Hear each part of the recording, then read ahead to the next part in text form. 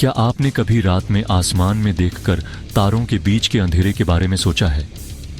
वो खालीपन जो हमें सिर्फ एक स्याह पर्दा लगता है, असल में ब्रह्मांड के सबसे गहरे रहस्यों को हिडने हुए हैं। उन खाली जगहों में यूनिवर्स अपनी सबसे रहस्यमयी चीजें हिडनता है। ब्लैक होल, ये वो जगहें हैं जहां विज्ञान और कल्पना दोनों की बाउंड्री धुंधली हो जाती हैं। ब्लैक होल खाली नहीं होते, वे ब्रह्मांड में सबसे डेंस चीजें हैं जहां मैटर एक छोटे से स्पेस में दब जाता है। एक चम्मच ब्लैक होल का मैटर अरबों टन वजनी हो सकता है। उनकी ग्रेविटी इतनी स्ट्रांग होती है कि लाइट भी उससे बाहर नहीं आ पाती, जो उन्हें इनविजिबल और रहस्यमयी बनाती है। ब्लैक होल के इवेंट होराइजन के पार सब कुछ हमेशा के लिए गायब हो जाता है। वे लाइट को मोड़ देते हैं, टाइम को डिस्टॉर्ट कर देते हैं और तारों को फाड़ देते हैं। यूनिवर्स की अल्टीमेट जेल के रूप में काम करते हैं। यहां तक कि समय भी ब्लैक होल के पास धीमा हो जाता है। ये कॉस्मिक एनिग्मा हमारी रियलिटी की अंडरस्टैंडिंग को चैलेंज करते हैं। साइंटिस्ट्स और ड्रीमर्स दोनों को अट्रैक्ट करते हैं। हर नई खोज के साथ ब्लैक होल हमें और भी हैरान कर देते हैं। आज हम जानेंगे कि ब्लैक होल कैसे बनते हैं, उनके ओरिजिन को बड़े तारों की मौत तक ट्रेस करते हुए। जब एक विशाल तारा अपनी आखिरी सांसें लेता है तो उसके भीतर एक नई कहानी शुरू होती है। यह कॉस्मिक एक्सट्रीम्स की कहानी है, लाइफ, डेथ और रीबर्थ की एक ऐसी स्केल पर जिसकी हम कल्पना भी नहीं कर सकते। यहाँ हर अंत एक नई शुरुआत का संकेत है। आइए अंधेरे में कदम रखें और जानें कि यूनिवर्स अपनी सबसे परफेक्ट, टेरिफाइंग चीजें कैसे बनाता है। यह सफर हमें ब्रह्मांड के सबसे गहरे रहस्यों तक ले जाएगा। एक ब्लैक होल की कहानी यूनिवर्स की सबसे एक्सट्रीम कहानी है, जहां फिजिक्स के नियम भी बदल जाते हैं। हमारी जर्नी एक मरते हुए तारे के दिल से शुरू होती है, जहां से ब्लैक होल का जन्म होता है और एक नया रहस्य आकार लेता है। ब्लैक होल को समझने के लिए हमें पहले तारों को समझना होगा, क्योंकि ब्लैक होल की कहानी असल में तारों की कहानी है। ये तारे ही हैं जो यूनिवर्स के सबसे रहस्यमय और शक्तिशाली ऑब्जेक्ट्स को जन्म देते हैं। तारे हमारे यूनिवर्स को रोशन करने वाली कॉस्मिक फर्नेस हैं, जो न सिर्फ रोशनी बल्कि जीवन के लिए जरूरी एलिमेंट्स भी बनाती हैं। एक तारा गर्म गैस का एक बहुत बड़ा गोला होता है, जिसमें मुख्य रूप से हाइड्रोजन और हीलियम होते हैं। ये गैसें ग्रेविटी की वजह से एक साथ बंधी रहती हैं और तारे के दिल में जबरदस्त एनर्जी पैदा करती है। तारे के कोर में न्यूक्लियर फ्यूजन लगातार हाइड्रोजन को हीलियम में बदलता है। इस प्रक्रिया में इतनी ज्यादा एनर्जी निकलती है कि वह ग्रेविटी के अंदरूनी स्ट्रेचअप के खिलाफ बाहर की ओर धकेलती है, जिससे तारा स्थिर रहता है। अपनी ज्यादातर लाइफ तक एक तारा इस डेलिकेट बैलेंस को बनाए रखता है। लाखों या अरबों सालों तक वह लगातार चमकता रहता है, जैसे एक अनंत दीपक। इस स्टेबल फेज को मेन सीक्वेंस कहते हैं। हमारा सूरज भी अभी इसी स्टेज में है और यह फेज उसके जीवन का सबसे लंबा हिस्सा है। लेकिन एक तारे का फ्यूल अनलिमिटेड नहीं होता। जैसे जैसे वह बूढ़ा होता है, वह अपनी हाइड्रोजन को जला देता है और बैलेंस बिगड़ने लगता है। तारा धीरे धीरे बदलने लगता है। उसका आकार, रंग और चमक सब बदल जाते हैं। एक तारे का भाग्य उसके मास पर डिपेंड करता है। छोटे तारे और बड़े तारे दोनों का अंत अलग अलग होता है।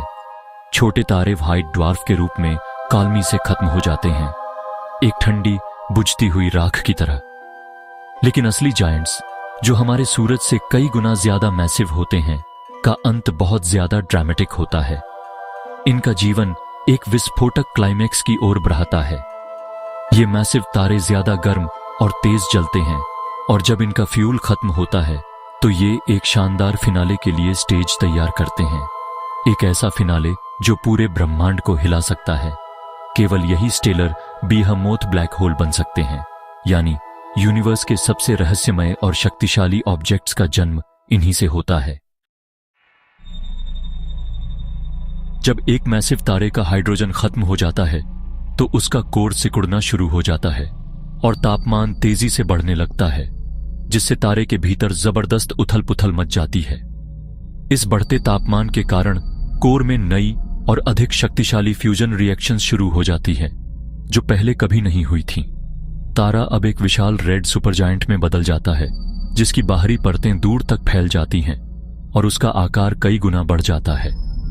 इस अवस्था में तारा ग्रेविटी के खिलाफ एक तेज और जटिल लेयर्ड बैटल में भारी एलिमेंट्स को फ्यूज करता है, जिससे उसके भीतर कई शेल्स में अलग अलग फ्यूजन रिएक्शन चलती रहती हैं। हर नया फ्यूजन स्टेज पिछले से छोटा और कम एनर्जेटिक होता है, जिससे तारे की चमक धीरे धीरे कम होने लगती है। आखिरकार कोर में आयरन बनना शुरू हो जाता है, जो तारे के जीवन का निर्णायक मोड़ है। आयरन का फ्यूजन एनर्जी रिलीज करने के बजाय उसे कंज्यूम करता है, जिससे तारे के पास ग्रेविटी का विरोध करने के लिए कोई ऊर्जा नहीं बचती और उसका अंत निश्चित हो जाता है। जैसे ही कोर में एनर्जी खत्म होती है, ग्रेविटी के दबाव में कोर कैटास्ट्रॉफिकली ढह जाता है और यह प्रक्रिया कुछ ही सेकंड्स में पूरी हो जाती है। तारे की बाहरी परतें अचानक अंदर की ओर गिरती हैं और फिर एक जबरदस्त धमाके के साथ बाहर की ओर फेंकी जाती है, जिससे एक बहुत बड़ा एक्सप्लोजन होता है। यही है सुपरनोवा, यूनिवर्स में सबसे शानदार और शक्तिशाली मौत, जो एंड्रिक्स को रोशनी से भर देती है। एक छोटे से पल के लिए यह तारा अपनी पूरी गैलेक्सी से भी ज्यादा चमकता है और उसकी रोशनी लाखों सालों तक दूर दूर तक देखी जा सकती है। लेकिन सबसे मैसिव तारों के लिए यह भी अंत नहीं होता। उनकी कहानी यहां से और भी रोमांचक हो जाती है। कोर का ढहना जारी रहता है और यह ब्लैक होल के जन्म के लिए स्टेज तैयार करता है, एक ऐसा ऑब्जेक्ट जो स्पेस और टाइम को भी मोड़ सकता है। जब फ्यूजन रुक जाता है तो ग्रेविटी तुरंत हावी हो जाती है। कोर एक न्यूट्रॉन स्टार में ढह जाता है, इतना डेंस कि एक चम्मच का वजन अरबों टन होगा। तारे की बाहरी परतें अंदर की ओर टकराती हैं, कोर से टकराकर एक शॉकवेव बनाती हैं। ये शॉकवेव तारे को सुपरनोवा में फाड़ देती है, जिससे एलिमेंट्स स्पेस में फैल जाते हैं। लेकिन अगर कोर काफी मैसिव है तो न्यूट्रॉन प्रेशर भी ढहने को रोक नहीं सकता।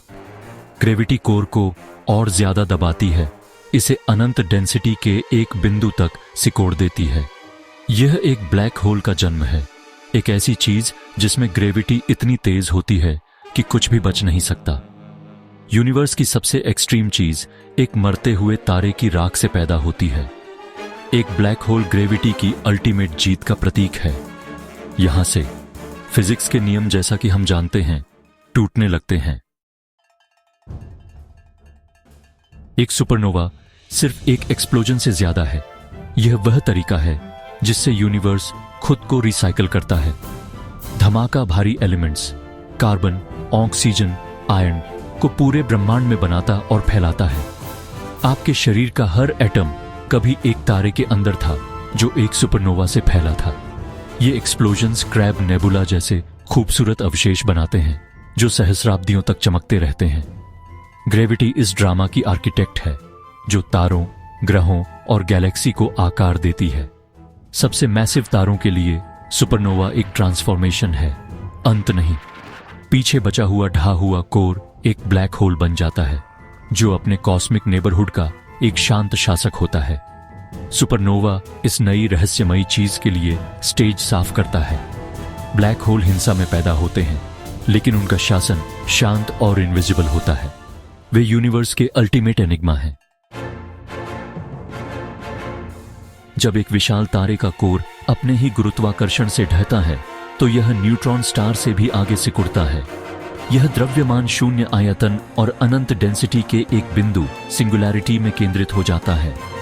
यहां भौतिकी के सभी घात नियम विफल हो जाते हैं और स्पेस टाइम अनंत रूप से विकृत हो जाता है। यही सिंगुलैरिटी ब्लैक होल का दिल है, जहां से इसका अविश्वसनीय गुरुत्वाकर्षण उत्पन्न होता है। ब्लैक होल की सारी रहस्यपूर्ण शक्तियां इसी एक बिंदु से निकलती हैं। सिंगुलैरिटी हमेशा छुपा रहता है, घिरा हुआ एक सीमा से, इवेंट होराइजन।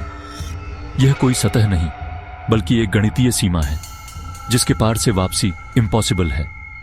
इवेंट होराइजन वह बिंदु है जहां से प्रकाश भी बाहर नहीं आ सकता। इसके पार जाने वाली कोई भी वस्तु हमेशा के लिए ब्लैक होल में फंस जाती है। यही सीमा ब्लैक होल को ब्रह्मांड की सबसे रहस्यमयी जेल बनाती है।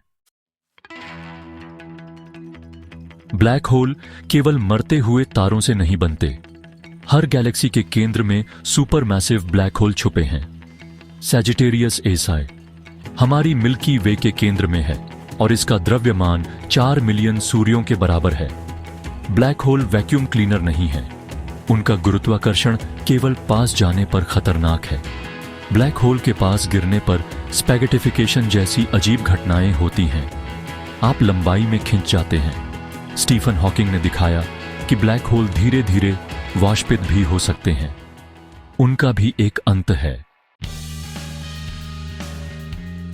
हमने तारे के दिल से लेकर ब्लैक होल की दहलीज तक की यात्रा की है। ब्लैक होल ब्रह्मांड की चरम प्रकृति का प्रमाण है, जहां भौतिकी के नियम टूट जाते हैं। इन्हें समझने की जिज्ञासा ही ह्यूमन प्रगति का इंजन है। हर खोज, हर सिद्धांत हमें ब्रह्मांड और खुद के बारे में और जानने के करीब लाता है। अगली बार जब आप रात में तारों को देखें तो याद रखें, उन अंधेरे में छुपे राक्षसों की कहानी हमारी सबसे रोमांचक यात्राओं में से एक है।